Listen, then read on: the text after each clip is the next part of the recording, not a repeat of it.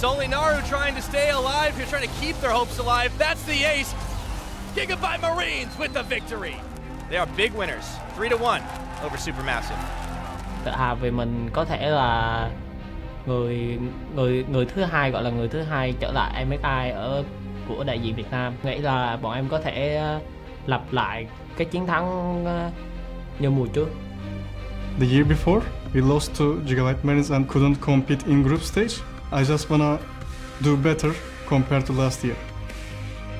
Thì em cảm thấy là SuperMassive là hiện tại là phiên bản nâng cấp của SuperMassive mùa trước thôi. SuperMassive 5-0 in the groups. First place already locked.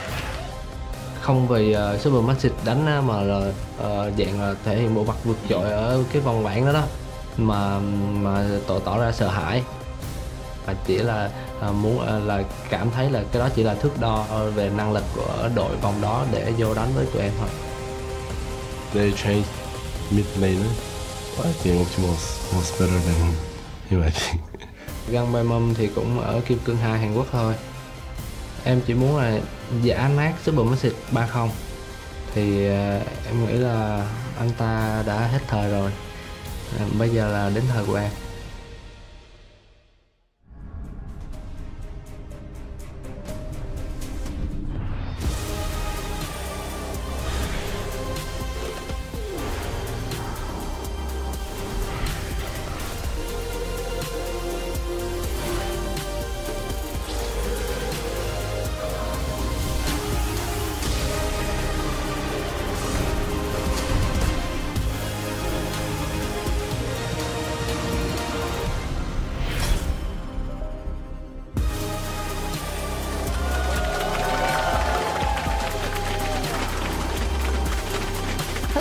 And welcome back to MSI 2018. Last week we had 8 teams battle it out for 2 spots in the play-in knockout stage, and now they have to win a best of 5 if they want to make it to the group stage. Hello, I'm EpicSkillshot supporter, joined by Jake, Spawn, Tiberi, Ember, Rento, Raz, Mohammed. Welcome. First up, Warzone, the muscles. Woo! You guys are you feeling inadequate? Are you feeling a bit? He has some very nice forearms. His forearms are very well defined. That is what I will say. That's nice trash talk. Yeah. I mean, second only. The man's a beast, and hopefully he performs, because again, just call the guy a Diamond 2 Korean. It's ridiculous. Yeah, let's hope they both perform and we get 5 games. Let's get this show on the road. And before we get to that best of 5, we're going to talk about how the teams ended up here. First up in Group A, last week, the LCL champions Gambit, they earned their spot by going 5-1 in that stage. And SuperMassive, also with a 5-1 scoreline, were the winners of Group B. Yeah, and to start us off, Gambit had an incredible day 1 performance, showcasing strat after strat after strat. Day 2 was a little bit iffy, so they already mentioned that they're already well and truly starting their preparations for their series. Hopefully it gets better for them. Yeah, and the thing about Gambit is they reached into the playbook. SuperMassive, however, seemed to play incredibly standard League of Legends, and they were terrifying. They won their first 5 games.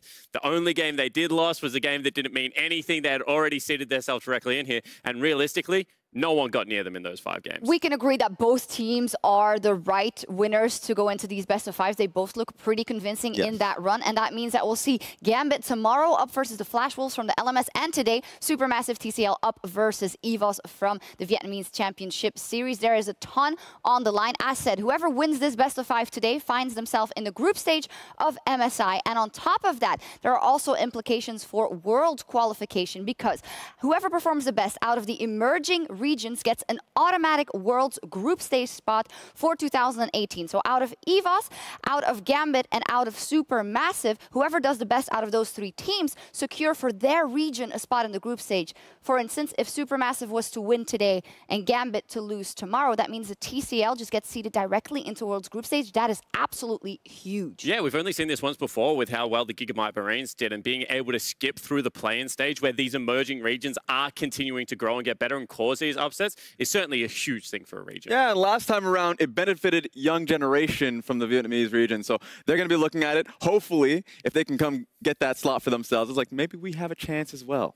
There's a lot on the line for the group stage and beyond, so to say. So it's really hard to put into words how much it means for these 2 teams, and it will be a best of 5 where we can welcome back SuperMassive. They only got 1 day to kind of chill. Well, they wouldn't have chilled. They will have practiced really, really hard because they're coming into this best of 5. And if we just recap where they came from in the TCL, they absolutely dominated in their winter season, 26-2 in the regular split. So off to a great start and continuing that run so far. Yeah, absolutely. And the scary thing is they said this TCL was actually harder than what they had to play in the play-ins in one of their interviews. So 26-2, 5-1, this team at the moment is unstoppable. Yeah, that's what's really worrying. The fact that competition was so rough going up against Dumbledore's team of the Royal Bandits. That was incredibly tough. So for them, it looks like they're just kind of smurfing in this one. But this lineup with the addition of GBM and with Snowflower this year just seems to have reached a different level. They're still growing, and they're definitely growing under the leadership of these two guys. Yeah, absolutely. And that's what the Korean imports have been able to do to the region as they're picking them up, especially the experienced Korean imports like Snowflower, GBM,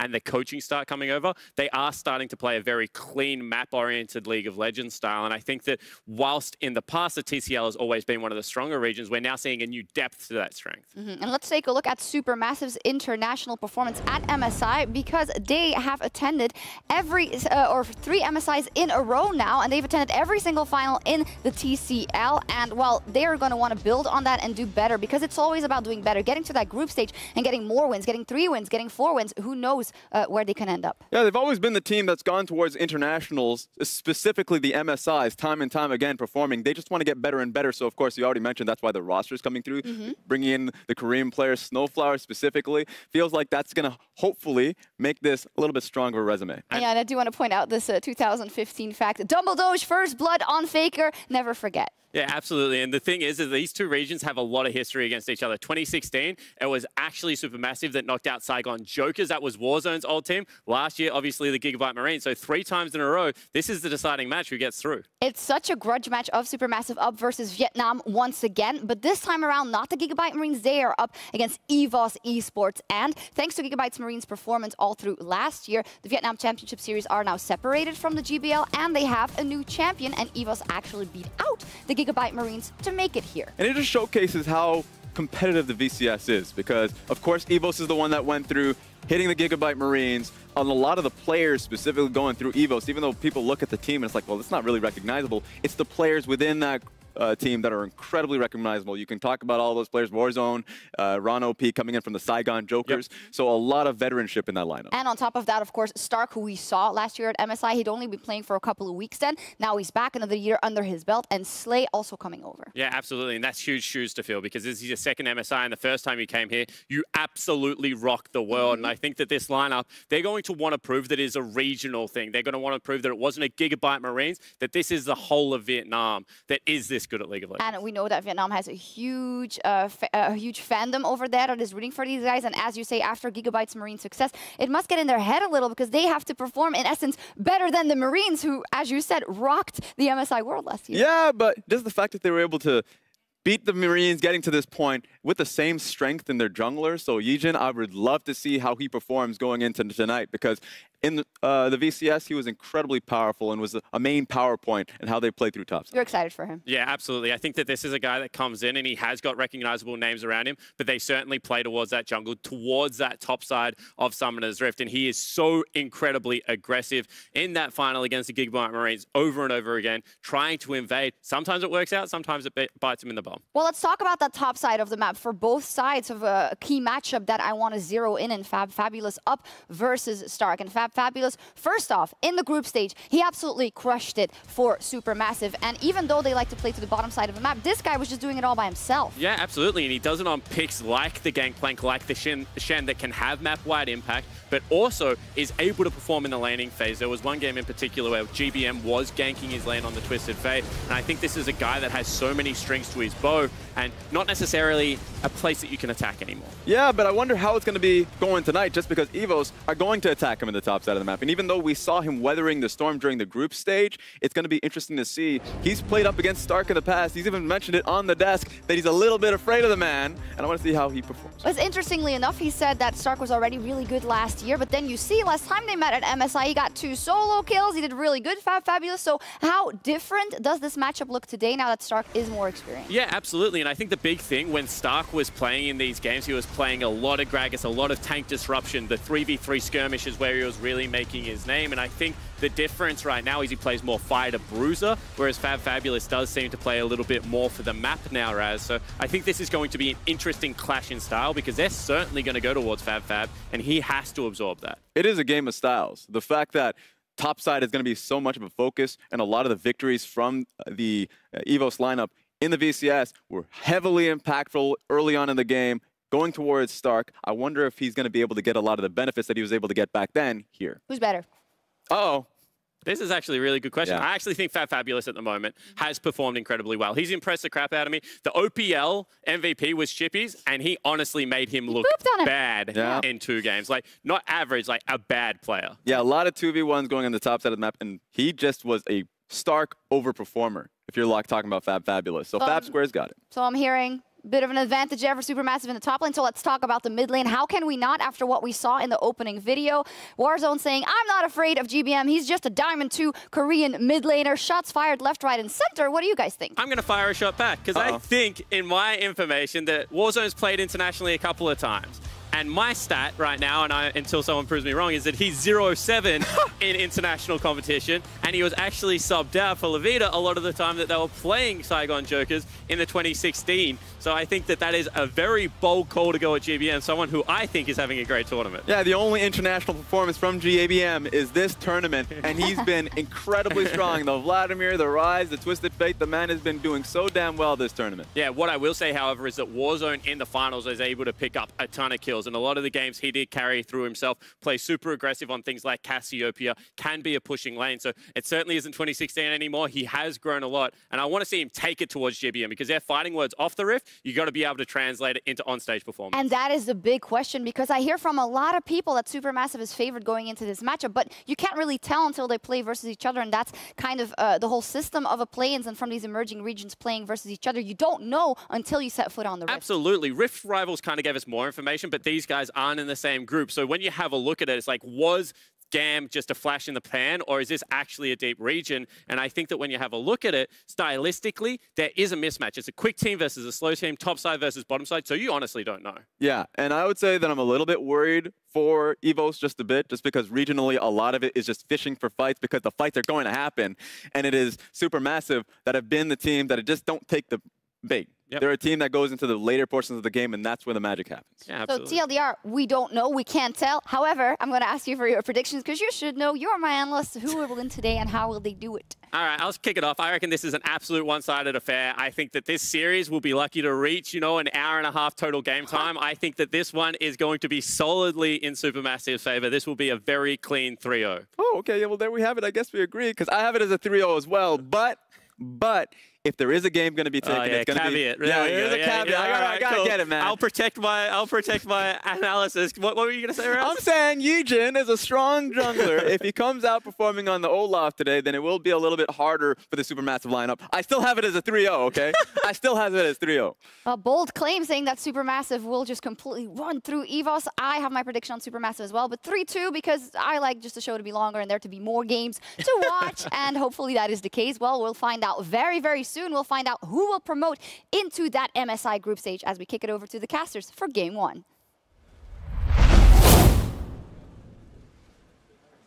We will indeed. Thank you, Shocks. Welcome to our first Best of 5 at MSI 2018. I'm Daniel Dracos, joined by the illustrious duo of Zach, Rusty Pie, and Aiden Zyrene Moon. How are you doing today, gentlemen? Fantastic. Happy to be here. Very excited to be casting alongside you, Sue, for this match. Yeah, absolutely. Also, we put you in the middle, so this is going to be new for me. This is a little weird for everybody. We're going to try this out. It's a weird thing for casters overall, but I think the matchup ahead of us is truly going to be an exciting one. And while the analyst desk may predict a quick 3-0, I think we're all looking forward to a potential 5 games.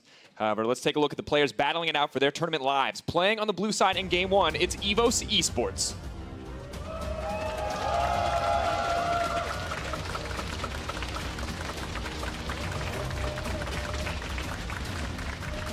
In the top lane, Stark. In the jungle, Yijin. In the mid lane, Warzone. 80 carries, Slay. Support, Ron OP. Coach, Violet. And their substitute top laner, Beyond. Facing off against them on the red side, it's BAU, SuperMassive Esports.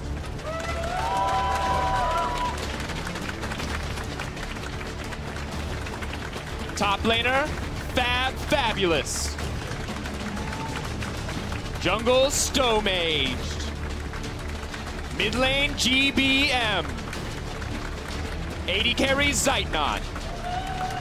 Support, Snowflower. Coach, Irian. Sub AD carry, Sika, Freeze. One last time for the players playing on stage today.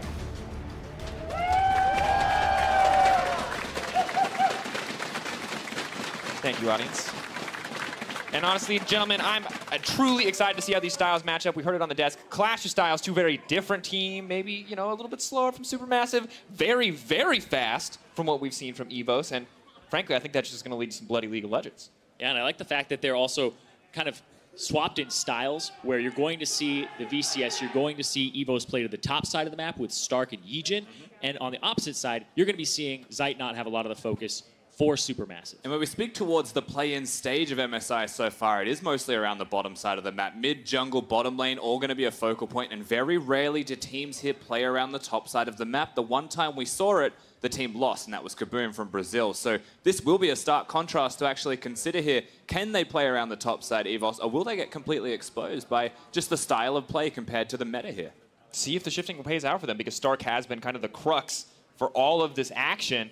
And additionally, despite the fact that bot side was always the focus, we saw so many explosive games from top laners. Yes, junglers weren't there, but there were solo kills left and right as top laners went toe-to-toe. Fabulous, more often than not, the guy killing people in that top lane. Yeah, and it was interesting because Fabulous had kind of had a split where it was 2/3 playing tanks, 1/3 playing carries. Here, he's played 3 GP games, 2 Shen games, and then that one Ezreal game that I'm kind of not counting on the record because it was the one where they were just having a lot of fun. But both of the champions that he picked, the GP and Shen, influence the bottom lane from the top lane. Yeah, that's the consistency here. It's still tanks, it's still carries. They all have a global influence. And even something from GBM is that he